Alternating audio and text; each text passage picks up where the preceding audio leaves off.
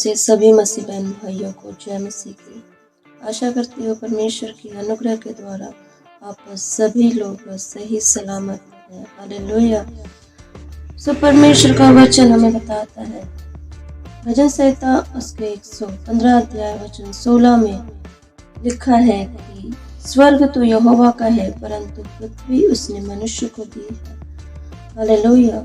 सो इसका मतलब ये है कि स्वर्गों का स्वर्ग जो परमेश्वर का है, परंतु पृथ्वी परमेश्वर ने मनुष्य को दी है। और इस पृथ्वी को परमेश्वर ने मनुष्य को जब दिया है तो इसीलिए दिया है कि मनुष्य इस पृथ्वी के ऊपर राज्य करे। वो सारे उन हालातों के ऊपर मनुष्य राज्य करे। हालेलुया। और वचन में अगर हम ध्यान से पढ़े तो सच में इस वचन में लिखा है कि संसार का ईश्वर शैतान बन बैठा है। हालेलुया। जब परिस्थितियां और हालात कुछ हमारे हिसाब से नहीं होते, वे अयोग्य रीति में दिखाई देते हैं और हमें हानि पहुंचाने वाले हालातों में दिखाई देते हैं, तब बहुत सारे लोग इस आश्वासन को भी नहीं लेना चाहते कि परमेश्वर नियंत्रण में है और सारी चीजें परमेश्वर के नियंत्रण में है। हालेलुया।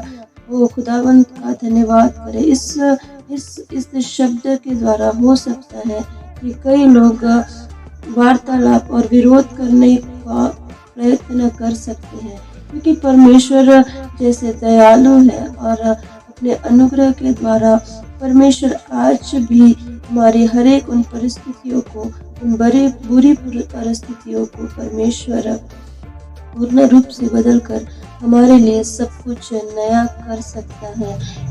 और सच में सब कुछ परमेश्वर के नियंत्रण में है। तो सत्य यही है कि परमेश्वर ने हमें भी नियंत्रण दिया है। हालेलुया। तो सर्वशक्तिमान परमेश्वर क्या कहता है कि पृथ्वी के अधिकारी कौन है? वो आप और हम हैं। सर्वशक्तिमान परमेश्वर ने अपने अधिकार के द्वारा सृष्टि की रचना की और उसी अधिकार के द्वारा परमेश्वर ने वो अधिकार मनुष्य को देने का निर्णय लिया। यदि परमेश्वर ने पृथ्वी का सारा अधिकार अपने ही पास रखा होता तो अधिकांश लोग जो विश्वास करते हैं वो तो फिर जब आदम मना किए हुए फल को अपने मुंह के पास ले जा रहा था, तब परमेश्वर ने उसे रोककर उस फल को उसके हाथ से गिरा दिया होता और परमेश्वर ने कहा होता, हे आदम, तू ये क्या कर रहा है? तू जो ये करने जा रहा है, क्या तू इसके परिणाम को नहीं जानता? क्या तू नहीं समझता कि ऐसा करने से तेरे वंशजों पर सब प्रकार के दुख और परेशानियां और बीमारियां और रोग और अकाल और गरीबी और भी बहुत कुछ आएगा?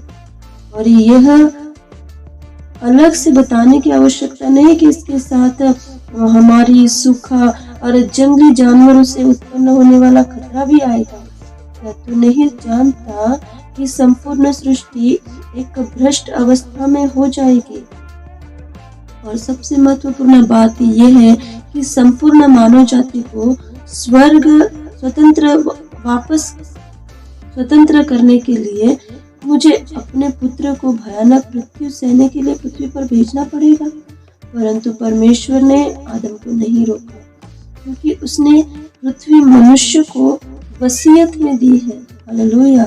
और हमारा सृष्टि को निर्माण करने वाला पिता वो अपने लोगों के समान नहीं जो अधिकार तो दे, परंतु यदि उस अधिकार का उपयोग उनकी इच्छा के अनुसार नहीं होता तो वापस ले लेता है।